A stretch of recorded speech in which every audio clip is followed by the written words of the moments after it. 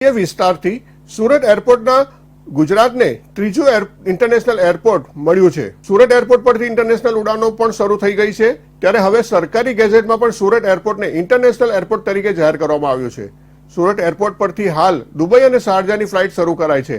આવનારા દિવસોમાં અન્ય દેશો માટે પણ સુરત એરપોર્ટ પરથી ફ્લાઇટ ઉડાન ભરશે તેવી શક્યતાઓ જોવાઈ રહી છે। ત્યારે હવે સુરત પણ ઇન્ટરનેશનલ કક્ષાએ ઉડાન ભરી ચૂક્યું છે।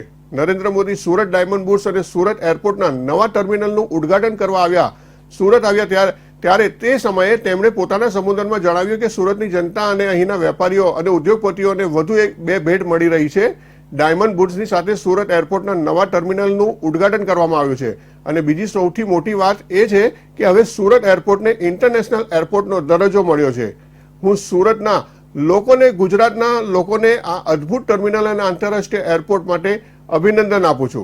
समग्र मामले अमारा संवाददाता अमित राजपूते एयरपोर्ट डायरेक्टर रूपेश कुमार साथे विशेष बात करी हती।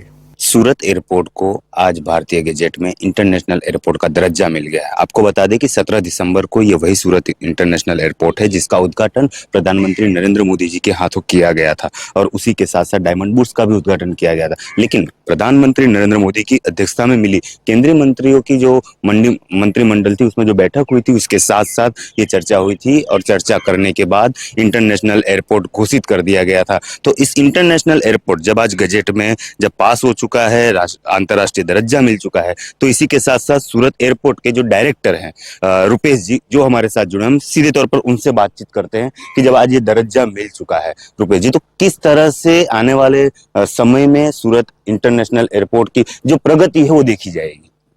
सूरत एयरपोर्ट का जो अभी नया कंस्ट्रक्शन हुआ है, एक्सपेंशन हुआ है सूरत एयरपोर्ट का, वो उसी को मद्देनजर रखते हुए ही किया गया है कि यहाँ से इंटरनेशनल फ्लाइट्स और भी बढ़ेंगे और इस एयरपोर्ट को इंटरनेशनल एयरपोर्ट का दर्जा मिलेगा। उसी के हिसाब से यहाँ पे कंस्ट्रक्शन हुआ है और जो इंफ्रास्ट्रक्चर, जो एक इंटरनेशनल एयरपोर्ट के लिए जरूरी इंफ्रास्ट्रक्चर्स होते हैं, वो सभी बातों का ध्यान रखा गया है और उसी के हिसाब से इंटरनेशनल एयरपोर्ट का कंस्ट्रक्शन किया गया है। इनफैक्ट पुराने एयरपोर्ट का एक्सपेंशन किया गया है और बिल्कुल जो एक इंटरनेशनल एयरपोर्ट का स्टैंडर्ड होता है उसी को ध्यान में रखते हुए जो भी फैसिलिटीज एक इंटरनेशनल एयरपोर्ट को मिलनी चाहिए उसके मुताबिक ही एयरपोर्ट का कंस्ट्रक्शन किया गया है। लाइक यहाँ पे जितने भी कस्टम इमिग्रेशन के काउंटर्स हैं उसकी संख्या में काफ़ी वृद्धि की गई है। जो पहले 4 थे अब 14 हो गए।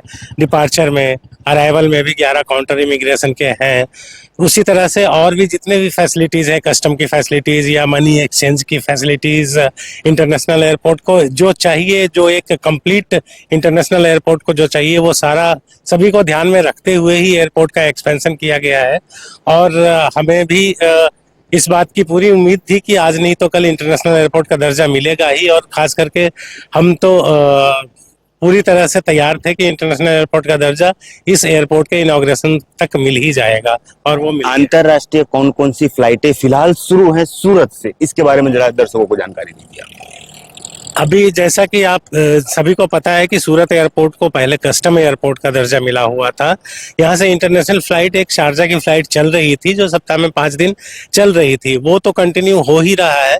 इसके अलावा एक्सप्रेस इंडिया ने दुबई की फ्लाइट शुरू कर दी थी। उसी दिन 17 दिसंबर को जब इस बिल्डिंग का इनॉग्रेशन हुआ था उसी दिन पहली फ्लाइट दुबई की ऑपरेट भी हो चुकी थी और वो अभी भी सप्ताह में 4 दिन ऑपरेट हो रही है।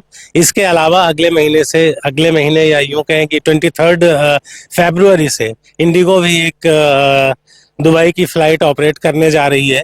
इसके अलावा ऑफिशियली और कोई इन्फॉर्मेशन नहीं है, लेकिन कोशिश जारी है कि सिंगापुर और थाईलैंड की फ्लाइट्स भी जल्दी ही शुरू हो जाएगी।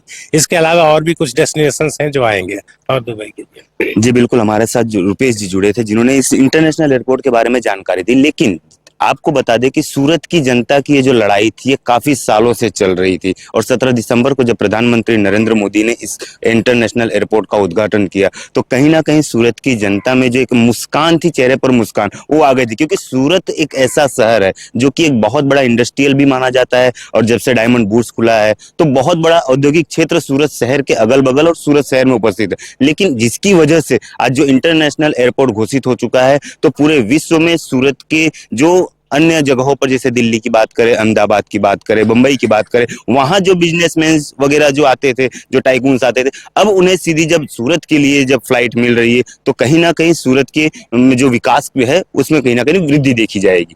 कैमरा पर्सन रवि वेंडे के साथ मैं अमित राजपूत, इंडिया न्यूज, सूरत।